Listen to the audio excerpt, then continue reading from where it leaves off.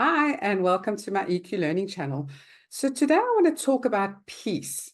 We often speak about peace as this thing that's unachievable, or we'd like more peace. And I really want to help you to get more peace in your life.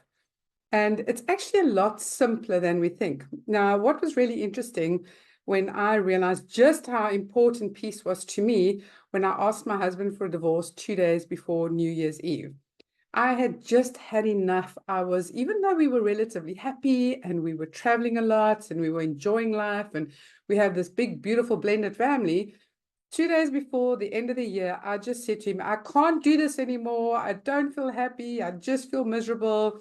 I don't know what's going on, but I can't continue with my life this way.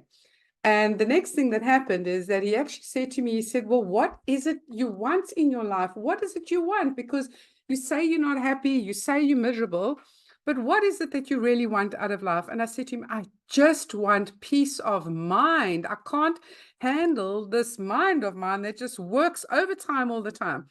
And he said, okay, so what does peace of mind look like? And I said, well, the peace to be myself, the peace to just be free, to live my life on my terms, the peace to not think all the time, the peace not to think about solutions all the time, the peace of not having to constantly find the answers. And I was really surprised that this all came out, because up until then, I was so frustrated and I can't even explain to you how I felt, just exceptionally frustrated and irritated and angry and sad and just a whole bucket full of emotions. And so obviously, the only way that I thought that I was going to get peace of mind was to be on my own. Now, this is so really interesting that I then discovered was, when we feel like we've got to be on our own, it's because we don't feel that we are acceptable. We're not acceptable to somebody else, or we're embarrassed of who we are, or we have shame, or we have any kind of emotions where we feel like we can't just be who we are, who we're meant to be. We can't just be comfortable in our own skin. And I've been working on this for years and years and years and years. So I really was surprised when this came out. But at that moment, I just thought to myself, you know what? If I'm on my own, I have nobody else to blame for my mistakes. I have nobody else to blame for my life. I have nobody else to blame for my failures. And I also don't have a witness to it. So if I fail, or if I feel depressed or down in the dumps, or I can't manage something, or I haven't made enough money, or I've made mistakes or whatever, I can just hide. There's no one that needs to know about it. I can just slink away and go and lie in my bed all day if I wanted to, and there'll be no witness to it, which was such an interesting thing to discover, because which means that you're then holding yourself back from life in general, not just from your partner, not just from the people that you love, but in general, you feel like there's still something fundamentally wrong with you. So anyway, I went off and slept in the spare room until New Year's Day came around. And then he said to me, can we talk? Let's just talk about this. And I said, yeah, I'd love to talk. And he said, okay, well, what is it you want to do? And I said, my biggest desire is to do what I do and not to have any pressure on me, because I really, really love helping people to understand themselves and to help them to understand their emotions, because at the end of the day, everything that we do in life is based on how we feel. So I felt so unworthy of my husband that I was willing to ask him for a divorce. That's what came out in the whole discussion, because I was waiting for him to show me my worthiness. I wanted him to somehow, and honestly, I don't know how I expected him to do it, because I'd made the excuse of, oh, we don't have enough romance. Oh, we don't go on enough holidays. Oh, we don't spend enough time together. We don't go to restaurants enough. I found all these outside reasons and adding meaning to it and saying, well, if he doesn't want to do that for me, it means that I'm not worthy. So in my mind, I then blamed him subconsciously the whole time that, he's showing me I'm not worthy. But then I came to the realization that I had to show myself that I was worthy. I had to feel worthy. It's not his job to make me feel worthy. It's not his job for him to make me happy. It's not anybody's job to make you feel a certain way. It really isn't. because, you know, the way we feel is based on our interpretations of life and the meaning that we add to it and the beliefs that we make up about ourselves and about the world and about people in general. So what did I do? I started thinking and researching and asking God and asking for advice on how do I feel worthy? What is going to make me feel worthy? And it was just such a beautiful experience, because I got into the shower and I get a lot of answers when I'm in the shower. I don't know if it's because I'm most relaxed or because I'm in water. I'm not sure. But I felt like I got this message saying, but you are worthy because of who you are and how you treat people. You know, you're kind, you're generous, you're compassionate, you blah, blah, blah, all of these things, empathetic. Worthiness has got nothing to do about what you own, how much success you have in terms of money, how many houses you own, cars you drive, or what sort of car. That's not worthiness. Worthiness is about how you treat other people. And, you know, I can honestly tell you that in that moment, I felt like I had been just showered with love and worthiness. It was just the most beautiful moment. And I got out of that shower. And since then, I have felt like a different person, because I was like, I am worthy.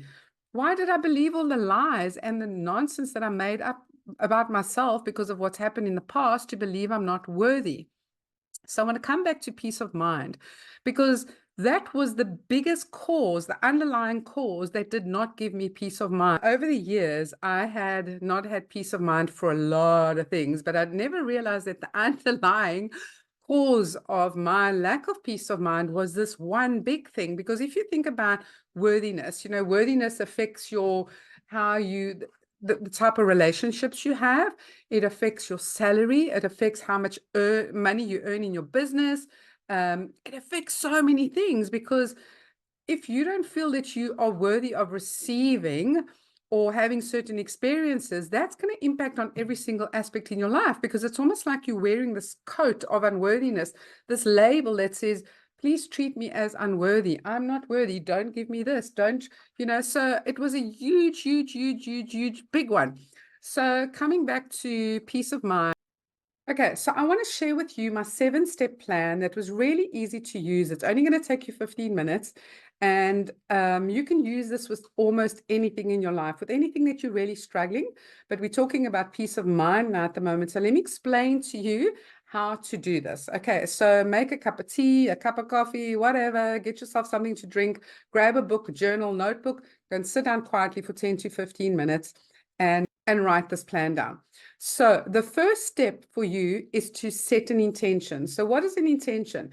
An intention is bigger than a goal. It's bigger than a dream. So because when you set an intention, you are committing to it. It's almost like a strong emotion that you feel in your body, and you go, I am going to do that.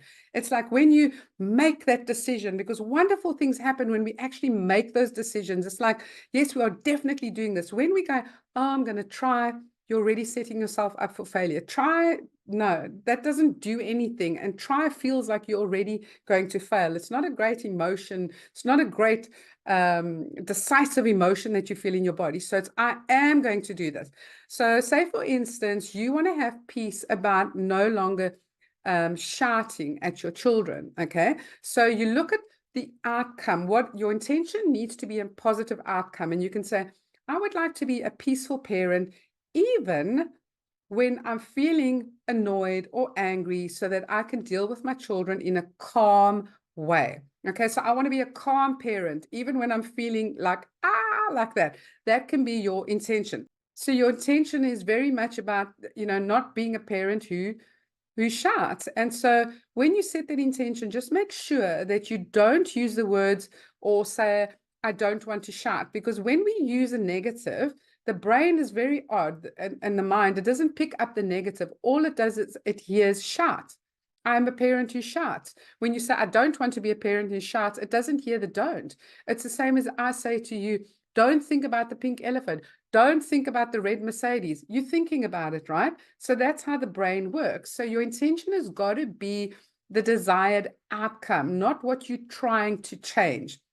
Then the second thing that you need to do is to create a plan. And the plan is simply, What are you going to do when you feel you are about to shout at your kids? And you can say, well, the plan is that when I feel the anger rising up and I'm about to shout, I'm either going to say to my kids, I'm just going to walk away for a bit because I need to calm down, or I'm going to count to 10, or I'm going to take 10 deep breaths, or whatever the case may be, but that is your plan.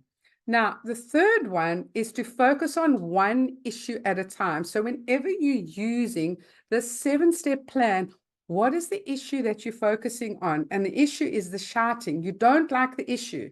So step 1 is the intention. You want to be a peaceful parent or a calm parent. Step 2 is that you create the plan. Step 3 is the issue is you want to stop the shouting. So you just write that down so that you make a note of it. No more shouting at my children or my spouse or my partner or whoever it is. Don't want to do that anymore. Then number 4 is to ask for help. Now, here's the thing, right? We don't like asking for help. I don't know what it is. I remember early in my marriage as well, I would try and figure things out. And then I would get so frustrated because I wanted my husband to read my mind. I wanted him to say to me or suggest or offer his help. And he would say to me, why don't you just ask? And I think that comes from us being rejected so many times over the years when we're growing up. We ask for help, or we ask for something, or we ask for money, or we ask for pocket money, we ask for a lift or whatever. And it's like, no, I'm busy, or no, I'm working, or no, I can't come. So we get so used to people saying no, so that as adults, we then stop asking for help. But it's really important to ask for help. So whether you're asking Google, whether you're asking a mentor, a guide, an assistant in a support group, or wherever it is, asking for help is a good thing, because think about it this way, right? I used to ask my mom for help all the time. I used to ask for her advice because she'd been a mom. She'd raised 3 children. She had grandchildren. So she had a lot more wisdom. She had a lot more experience. So for me, I would go and ask her for help. Unfortunately, she passed away when I was 32, as well as my grandmother a day later. So I kind of had to then find help in other places, but ask for help. I've got a free Facebook group that you can ask for help in, because people often have the answers that you're looking for. And especially when we're feeling very emotional, very overwhelmed, our emotions at times takes over and we can't think clearly. So ask for help, right? Then the 5th thing is to choose a technique or a tool that resonates with you. Because right now, at the moment, there's so much advice on the internet. It's just absolutely insane. And we don't always know what is the right help to use, or the right tool, or the right technique to use.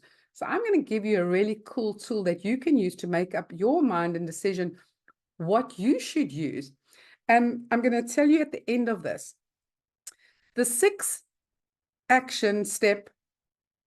step is to take action, because nothing's going to happen unless you do it, right?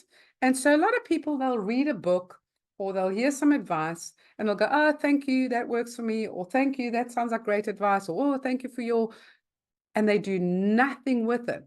Nothing's going to change unless you change. Nothing is going to change unless you do something about it. It's not like you miraculously now have this information and it's just going to happen on its own.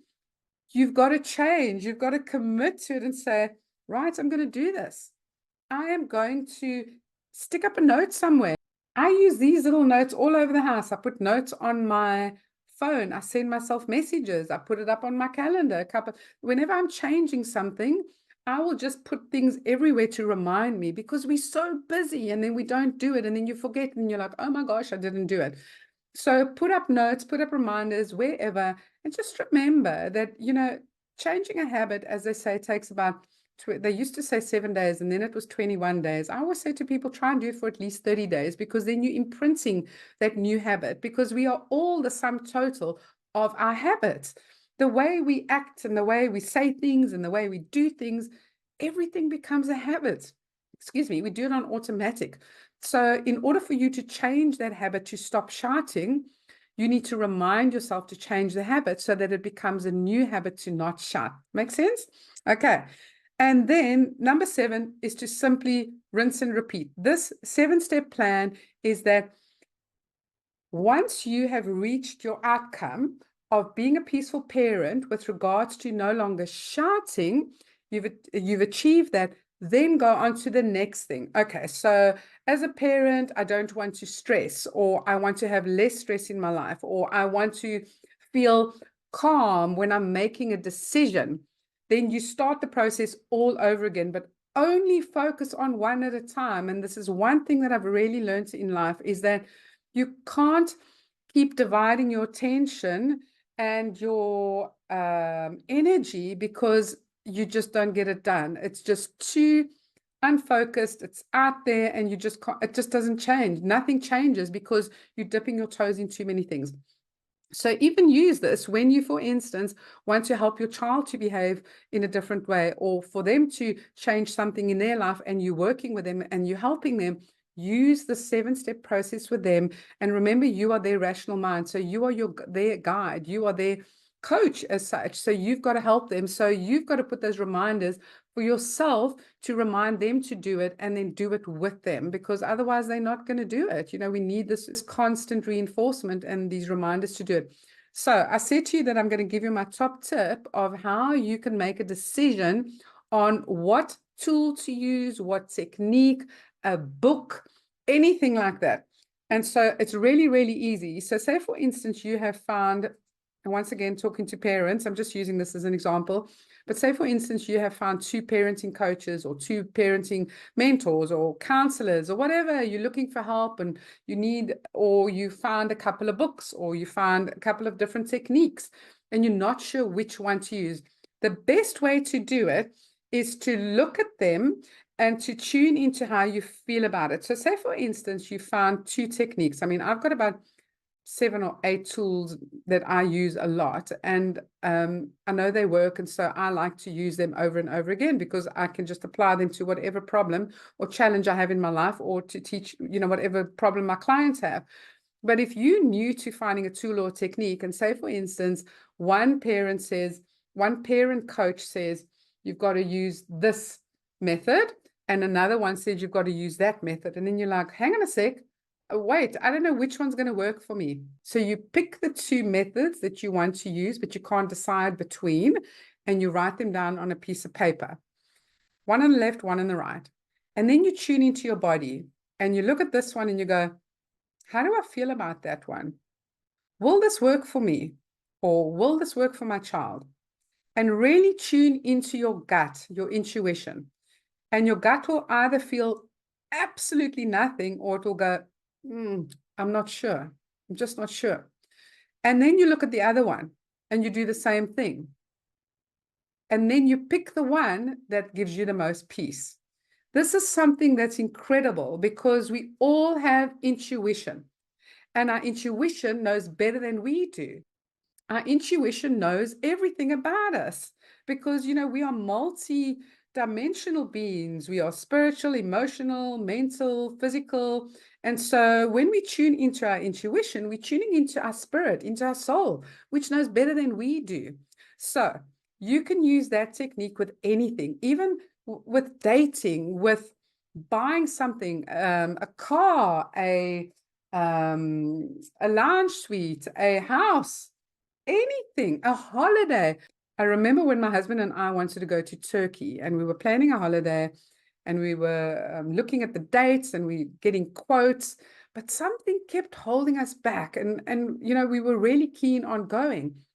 And eventually, for weeks we're going on, and we said, listen, if we're going to go, we need to book those flights. Otherwise, we're not going to get to go. And he looked at me and he went, I don't have any peace about it. And I said, yeah, me neither. I want to go, but there's something that's holding me back. So we didn't book the holiday, and we decided to go to Mexico instead. Well, lo and behold, if we went to Turkey, that's when they had these huge storms. It was a crazy, crazy storm. There was lots of damage. There were people who died. It was a very unnatural storm. And so this is how it works, is that when you don't have peace about something, do not do it, because there's something else that is going on that you have no idea about, or something that could potentially happen. So use this tool. It's absolutely amazing. And then join us in the Facebook group and tell me, and tell the rest of the people in the group how this has worked out for you. But I can say this, is that peace of mind is not overrated. It is incredible when you have peace of mind, because when you have peace of mind and you can put this system in place for every single thing in your life that causes you unrest in your mind, the difference between peace of mind and not having peace of mind is when you have peace of mind, you sleep better, you feel better, you don't feel so stressed, you get more done, you no longer procrastinate, you're not overwhelmed, you don't feel anxiety, you don't feel irritable, you're just a nicer person in general, versus when you don't have peace of mind, you have the opposite of all of that, and the insomnia and everything that comes with it. So I really hope that that has helped you. As I say, join the Facebook group below, ask as many questions as you want to in the group, or if you want me to help you on a particular subject or topic or something that you're struggling with, no question is too big or small, and you can ask in the group and I'll make another little video about it. Please can you subscribe to this channel, because it helps us to keep these videos going, and share it if you found this helpful. Thank you. I'll see you next time. Bye for now.